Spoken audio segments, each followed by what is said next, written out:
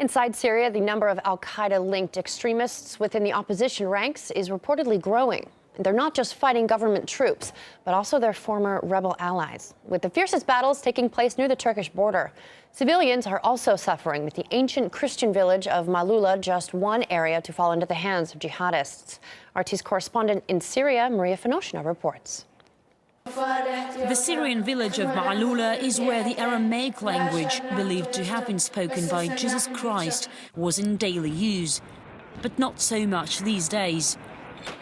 After jihadists attacked this mostly Christian village in Syria more than 2 weeks ago, local residents were forced to flee the battlefield that was once their native land and calm, organized life. Many of them took refuge with Christian families in old Damascus. We tried to meet them. Only the third house opens its doors for us. Many refuse to talk because their relatives remain missing. They say Islamists kidnap people, and they fear this could put them in even more danger. And these people know well about danger. 3 members of Antoinette's family were killed on the first days of the Maaloula siege. We were woken up in the morning by their shouts of Allah Akbar, closed the doors and all gathered in one room. They told us, surrender and we won't harm you. Antoine, Mikhail and Shadi went there and surrendered. They pointed their guns at them and started shooting. I was injured in my chest and elbow. One of them offered to save me, but I ignored him. Another one said, let them die. Hundreds gathered for the funerals of the 3 men who they now call martyrs, both Muslims and Christians. The attack on Maaloula village, Syrians say, was an attack on their country and its way of life.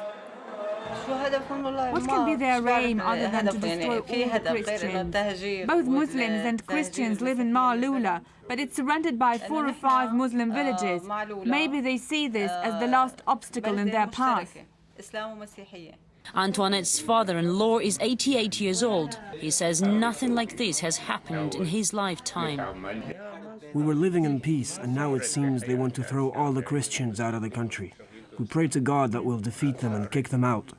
Another relative who's afraid to show her face says it's hard to say how many people were killed in Maaloula, because militants holding the village often keep bodies for further ransom and to instill fear. Their goal is not Assad. Their idea is to establish an Islamic emirate in all of the Middle East. However, foreign countries are helping them with weapons, money, whatever they need, helping them destroy the country and people of this region. Special sweet sanctified bread is served in the family to commemorate the dead. In church, they held special ceremonies for several days. And again, other Syrians, equally shocked, prayed together for their dead and alive. The ancient language in Maaloula united people for thousands of years. The hope now is that it can sustain them for a little longer. And all over the country, the 2.5-year-long conflict is taking lives, language, and shattering people's hope. Maria Finoshina from Damascus in Syria.